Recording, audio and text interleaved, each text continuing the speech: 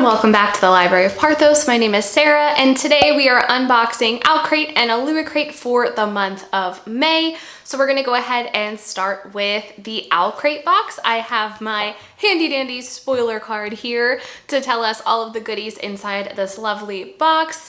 I'm probably say that I'm excited about them like all the time, but like genuinely I am really excited about these boxes. The books, the items, they're just great this month. You know, some months just, I feel like I'm more interested in what's in the boxes than others. And these ones were pretty good. So anyway, let's go ahead and start with the Owlcrate box. Our theme for this month is against all odds. So let's start off with the first item. Okay, first thing in the box, I'm not gonna lie, I was kind of surprised that we were getting more of these because I assumed 4 was a complete set, but I have absolutely no complaints, and I was thrilled when I saw that these were announced, and that is another Lord of the Rings themed bowl. This month's bowl is the Kingdom of Rohan, which I am so excited about because that is my favorite part of the Lord of the Rings, is anytime we get to visit Rohan, so I'm so excited. I love the details on the side. I'm now assuming this is going to be a set of 6 instead of 4, so I'm also assuming that we're going to get another one, and I can't wait to see what that one is. Next up, we have this wax kit that was inspired by Dance of Thieves, so let's go ahead and take a look. Now, I don't know about you, but I'm a firm believer that you can never have too many wax seal kits, because they already have several, and I don't really think that that's a problem to add to my collection. So this is what it looks like on the inside. And let's take a look at the seal. Oh, it's like a little book with roses on it. That's so cute. I feel like this would be good for like pen pals that talk about books.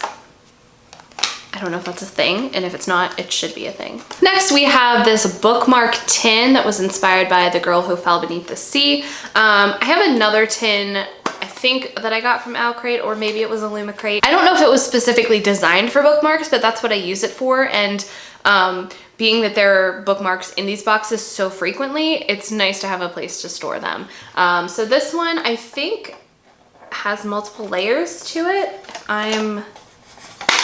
Yeah, so you can put some on the inside and some up here, which is really nice. So I will definitely be making use of this. Speaking of bookmarks, and that's literally what the spoiler card says, there are bookmarks in this box. These ones are really cool. Transparent bookmarks is what it says on the thing. But I think these are just so cool. Like, what a fun idea. Since, I don't know, like, when did bookmarks become so like fashionable? I feel like they used to be like, you know, just all paper, and now they're like metal and wood and like transparent, and they're just really cool. So the art on these was inspired by Daughter of the Moon Goddess, 6 Crimson Cranes, and a magic steeped in poison. And we have the Treasured Tomes pin for this month from the book We Hunt the Flame, which I've not read. Surprise, surprise. So I now have my new pin banner that I got in one of the last boxes with the Treasured Tomes pins on it. So I will add this to that pin banner. So, and I haven't hung it up yet, but baby steps, we're getting there. And this month's book, still in the wrapper, is Divine Rivals by Rebecca Ross. Rebecca Ross is the author of A River Enchanted, which I read last year, and A Fire Endless, the sequel to that, which I have not finished. Oh, I'm so, like, this stack behind me is everything that I need to get to in like a timely manner, and it just keeps growing, and I'm just struggling to get through it. Not because they're not good, just because life, you know? Anyway, so I am already a fan of her writing from A River Enchanted, so I absolutely want to check this out. This book just like feels extremely heavy. Like, I don't know what it is, it just feels heavy. But anyway, let's take a look. Just a really pretty pattern. It looks like there might be something on the inside of the dust jacket. Yes, there is. Ooh.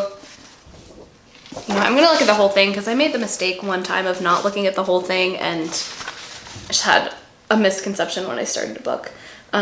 Very interesting setting. I'm intrigued. All right, so according to the spoiler card, This says that we are introduced to a warring world of gods and a rivalry that unknowingly leads to yearning hearts. Our protagonist, Iris Winnow, finds herself in the middle of it all while trying to keep her family together and facing the front lines of battle that may seal her fate. Sounds amazing. It just feels so heavy. Like, this is such a heavy book. I can't get over it. I have a trip coming up and I'm trying to pick some books to take with me. Now, I don't like to take hardback books if I can help it, especially ones that have some sort of like artwork on them, because I don't want them to get ruined. And I'm a pretty heavy packer. Like, I really stuff things in my suitcases and bags. So I'm trying to kind of pick and choose what I take with me, but like, I just want to know why this is so heavy. I just want to read it. So this might end up going with me, but luckily I have some covers to protect it. All right, next up we are getting to the Illumicrate box. The theme for this month was What Lies Beneath. Once again, very excited about the things in this box, thrilled about the book. So let's just go ahead and get into it. The first thing in here is a plant pot. Now, I might need some help from any of you who have successfully grown plants and kept them alive for long periods of time, because I am not that person. I'm not a plant lady, and it's not for lack of trying. I have 2 plants, maybe 3, 4. Okay, not bad. Currently I have 4 plants living in my house after killing multiple, and I don't really know what I'm doing right, but I don't know. Anyway, so this is a plant pot, and I love the artwork on it. It's super cute. I mean, do I have to use it for plants? Like, what else could I put in here? I don't know.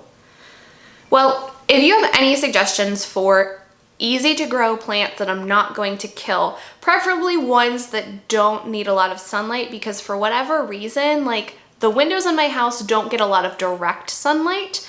So if you have any recommendations, I would appreciate it for my plant pot. I don't think I said this, I probably should have. That was inspired by House of Hollow, and actually on the little spoiler thing, they recommend using it to store pens if you're not using it for plants. So that's probably what it's gonna turn into. All right, next up we have a book organizer. I have a couple of these, and I'm gonna be honest, I don't really use them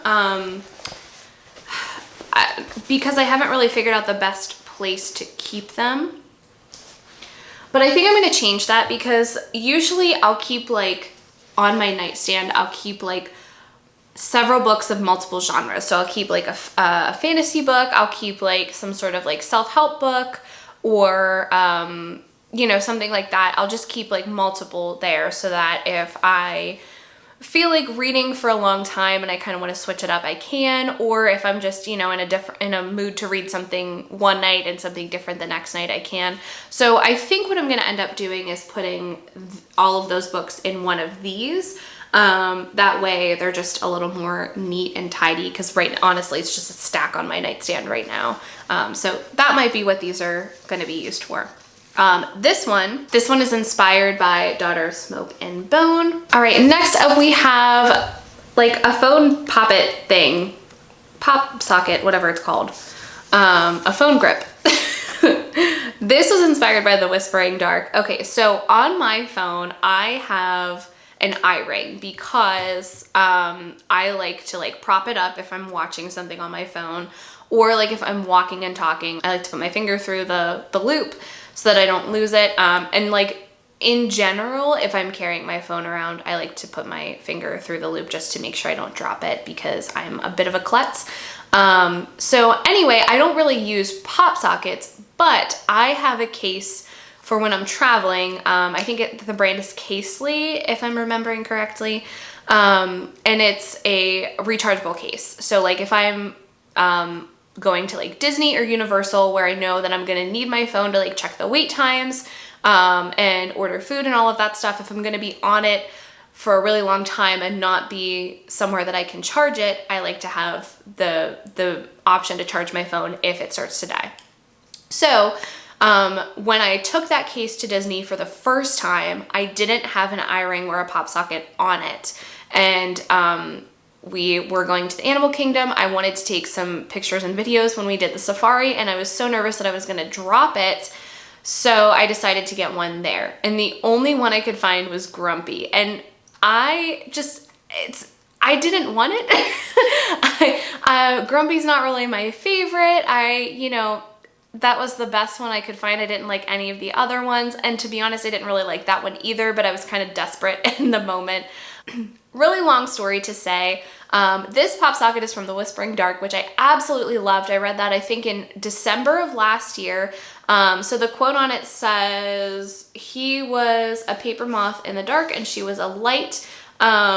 And I like this one a lot more than the Grumpy one I currently have. So I'm thinking that I will probably put this one on my rechargeable case, or I might put this on my Kindle. I'm not sure. But all right, next up we have a bookmark that actually just fell off of the little display cardboard thing that it's on. So let me fix that. But I saved this for last because this is a spoiler for the book of this month. So this is a shell whale. I'm not really sure. But I think it's really pretty. I like the tie-dye-esque pattern in there. This is from The Witch King, which is the book for this month. All right, now I saw that this book was coming out and I was so excited about it. The plot just sounded so interesting. I've not read anything by Martha Wells, but I've heard really great things about her writing, and I definitely need to get to reading some of her work. Probably start with this one. But anyway, I was about to pre-order it, and then I saw it was coming in the Illumicrate box, and I was so excited.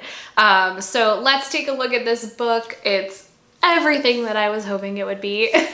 Oh, very pretty art on the inside, as always. Take a look at the back as well.